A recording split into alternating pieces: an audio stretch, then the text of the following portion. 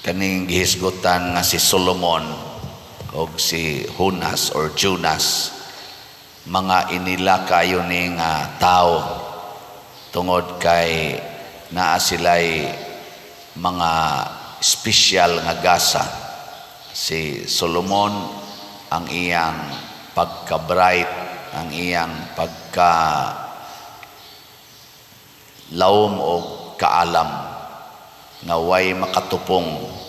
Si Junas or Hunas usa ka propeta nga duna sad siya'y talagsaon nga pagsulti, pagpamulong nga nakapatandog sa taga Ninibe. Apil na gani ang hari sa Ninibe, natandog og naghinulsol sa ilang mga sala.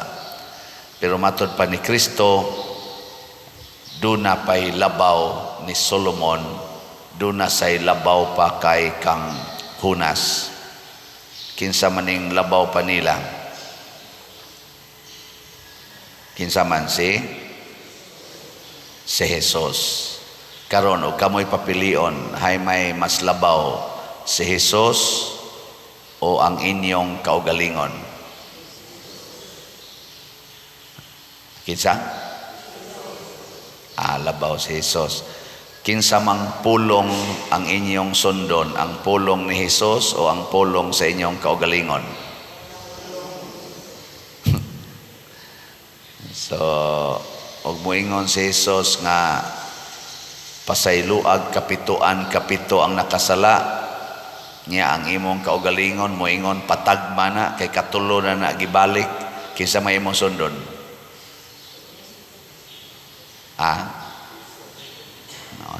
Usa na lang kabuk ni tubag wa na sad malahos kay hiso mao na may ang atong utok maayo kayong mosulti nga sundo nato ang Ginoo, pero inig-abot na sa aktual naa moso dayon ang atong pagduda. Mao na mahimo gitang dautan tungod kay dili naman ta motuo sa pulong sa Ginoo. Magsigi na tagpangayo og milagro aron mapruibahan nga ang Ginoo gyud nagbuot.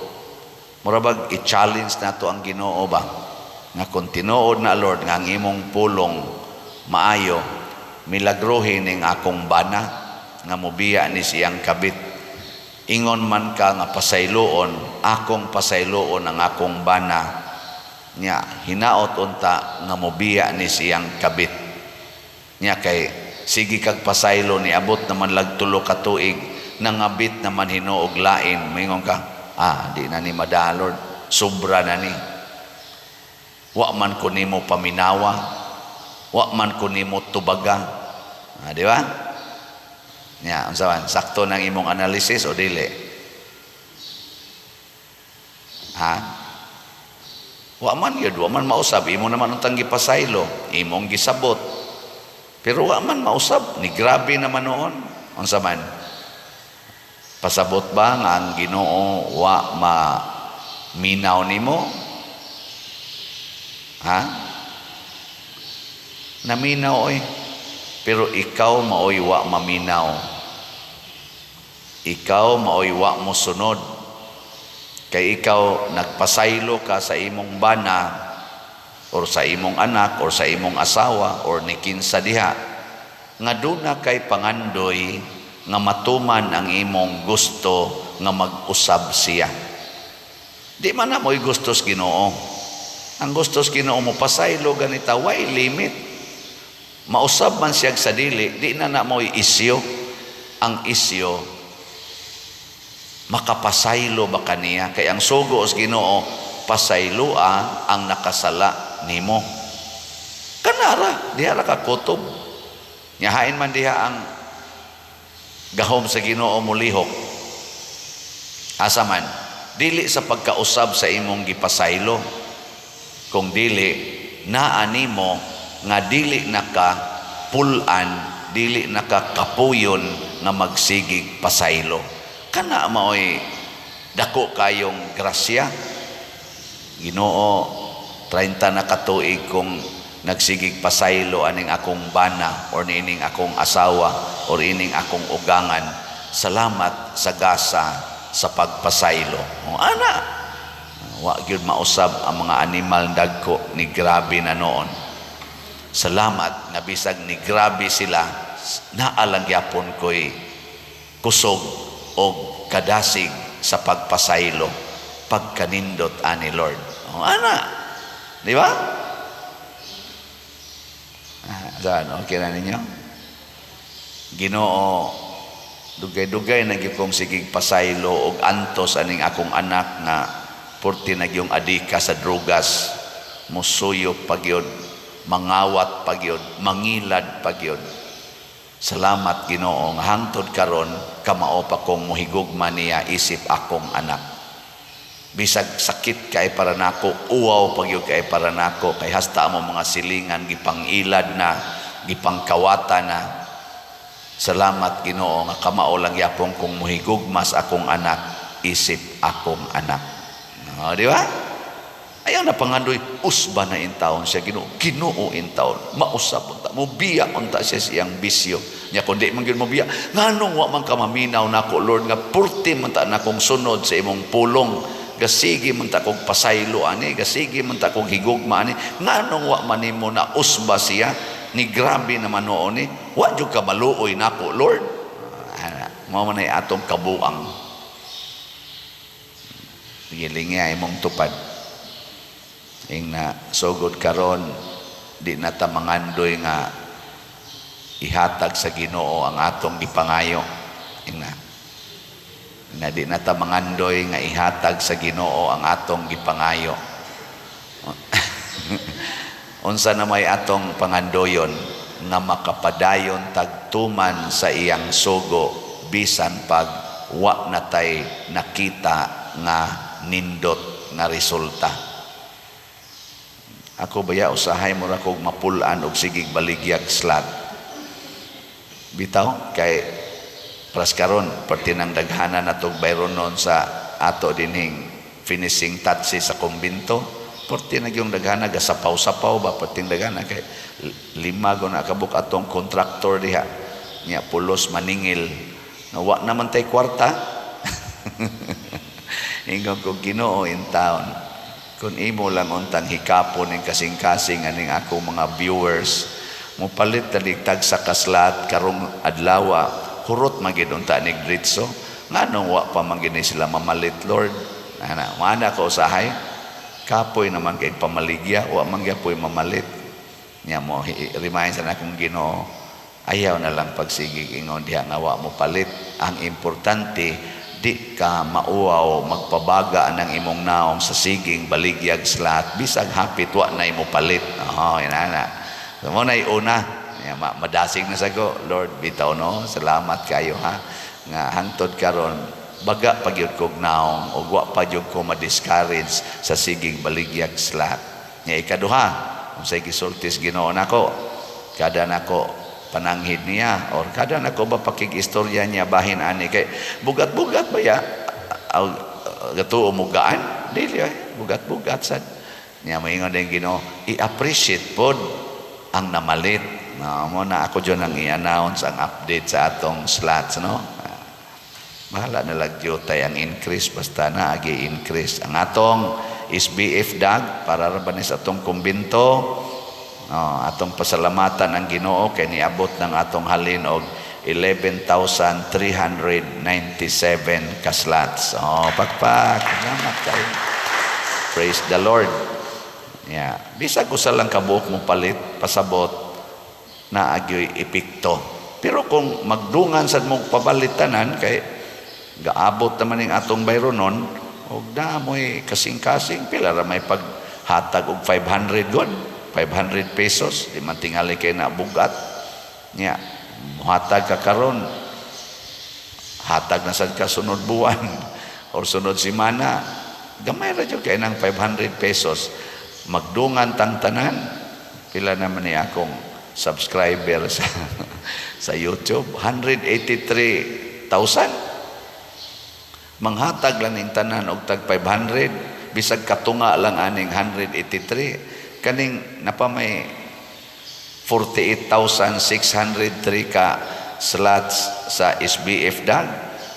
Uy, wa na perting hurutan no? Ilingay mong tupad na kay 500 sa inyo. Ing na ba? Na kay 500. Ana, nya mingon gani siya. Ay ayaw pamakaksad na kay 500. Kanaa siya ipalit. Ana, no. Wagi klaro. Pero mo lagi na ang milagro dili diha sa katumanan sa atong gipangandoy. Ang milagro naas atong kadasig sa pagpadayon pagtuman sa sugo sa Ginoo. Nya kay gisugo man kog pamaligya, sige kog pamaligya. Nya simba ko oroy, simba ko naman. Kung pananglitan mukalitron og pamalit mong tanan. Nga ini kaugma mahurot na ning 48,603. Unsa may akong isulti? Unsa akong isulti? Dili ko moingon salamat Ginoo. Unsa may akong isulti? Lord, dalaygon ka kay imong gitandog ang mga kasing-kasing sa mga tao ug karon silang tanan pwede na silang mga matay. Bitaw. Kaya nga naman, nagsunod na sad sila sa imong pulong. Nagsunod na ba? Wa na magsunod sa pulong sa kalibutan nga nag-ingon, ayaw gyud pagsigig hatag, alkansi ka na. Ana, no? Mo na pulong sa kalibutan, alkansi ka na, magsikag hatag, pasagdain na si Siano diha. Nga hiwi ng iyang baba, sig pamalit ng slot. Istorya bitaw nilang gahapon nag-retreat man nindot kayo ang among retreat master si Bishop Dael no sa Tandag, very holy, very ganing deep rooted sa faith ug sa love sa Ginoo ang iyang kinabuhi. Mo nang nindot kayo among recollection gahapon. Yan nag-istorya nilang Bishop Ruben, Bishop Midipil o ni Archbishop Palma niya ingon dayon si Bishop Ruben Labaho, Archbishop nihangyo na sad bing Padersiano nga magpatabang mis kapilinya. Nako ingon sa ko, Archbishop di pa ko mutabang karon kay napakoy daghang slot sa kanaganing kuan kaning kumbinto sa parokya. Ingon sa Bishop Ruben, willing to wait raman may bishop.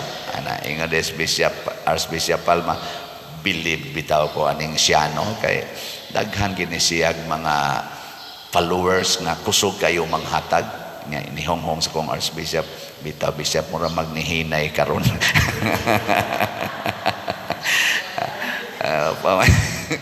Isa di mayo kayo mo nang ang atong gibuhat dinhi makalipay sa atong mga leaders sa simbahan.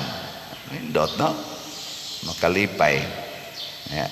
Ingon sa tos Archbishop gahapon nga kana ganing ganahan kay ko sa imong gipasabot atong kuan katong about aning sana pikunda supplicants ba to kanang pag blessing ba aning katong ingong ang Santo Papa nga blessingan ang mga irregular nga mga union blessingan. Isa nindot kay to imong pagpasabot ato nga dili na siya sacramental na siya nya gugma na sa usa ka inahan ngadto sa iyang pinanggang anak na buangon. Inana ba ako sad ni kay kanil lagi motuman ta sugo os Ginoo wa may epekto tingali dayon pero do na nindot nga impact nga ikahatag hastang ato mga leaders malipay pod sila kaysa ang akong gibuhat dinhi makapasubo sa akong atong mga leader sa simbahan. Mo na kita og motuman ta sa sugo sa Ginoo makapalipay sa leaders, makapatandog pagyud.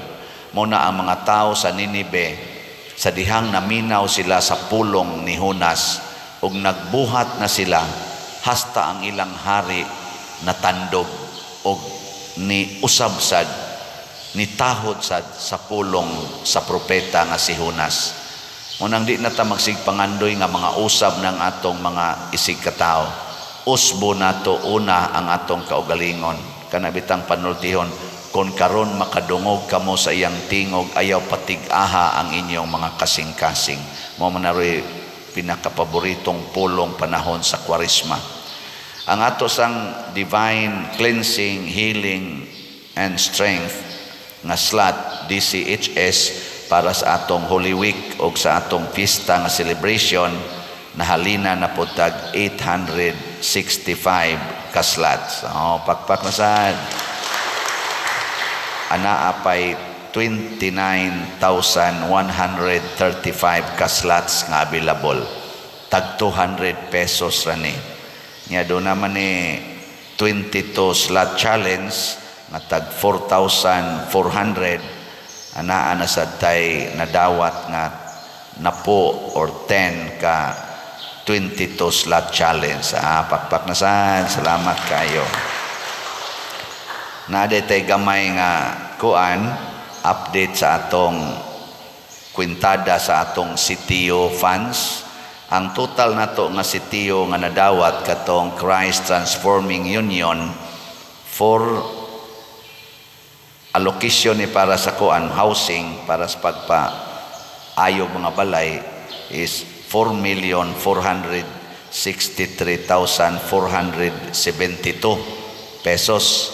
Yang so far sa 50 kabalay nga atong na paayo or natukod, ang gasto ana tanan apil ng labor 2,262,047 pesos and 60 centavos. Ug ato siyang i-divide by 50 na ani siyas mga 40 kapin, mga 45,000 ang average kada balay. So nilapas siya sa atong gitarget nga 30,000 unta to kada balay. Nahimong 45. Unya ang nahibili na lang natong pundo 2,201,424. Gidivide din ako siya og 140 man ning atong ayuhonon, 90 pa ang atong kanini ang kuwang kay 50 man. So mahug na lang tag 25,000. 25 ba?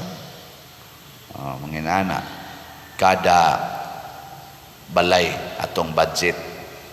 Ambot makaabot baka ta ni 140 hinon mga parts naman lang to, dili naman gyud kanang kompletong balay. Murag gamay na malang tingali nga atong ayuhonon nga kanang gitawag na to ground zero. Pero kining atong gibuhat, dako na kaini siya impact sa mga tao nga nakatagamtam niini. Di maginato ma-estimate yun exactly, pero pagkanindot sa atong gibuhat, mo na dili importante nga matuman gyud ang atong gusto. Ang importante do na tay pag makanunayong pagtuman.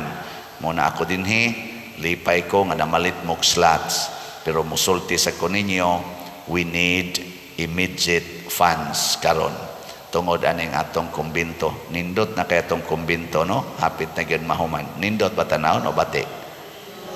O Jesus, kanindot sa atong kumbinto tanawon, pero nindot sa kaigbayron, no? Sige lang, total gidapat man na nato tanan diha. Unya padayon lang ta ang ato sad nga DSAP katong investment slot open pa siya. So kung doon na mo dihay mga gustong i-invest nga tag 500,000 pesos man per slot, ihatod lang po dire kay magamit gina nato. Ug ato sad mong ulian nga dunay 25% per annum nga interest rate. Maghinatagay lang ta, maginambitay ta kay pulos man ta nagtuman sa sugo sa Ginoo sa pag-alagad sa simbahan, alagad sa atong katilingban. Pulos gini siya makahatag og kalipay, dili panag-away. Makahatag ni katagbawan, dili kahawang sa atong pagbati. Kung mosunod lang kita sa Ginoo. So kamuna ay inyong 500 o 200, hala, i-remit din na dinhi immediately. Ayaw unya-unya kay basig muhupas unya ato nang gamiton para sa Ginoo og siguro kita nga bugtian sad na sa Ginoo ug way sukod nga panalangin, kalipay o kabalaan sa atong kinabuhi.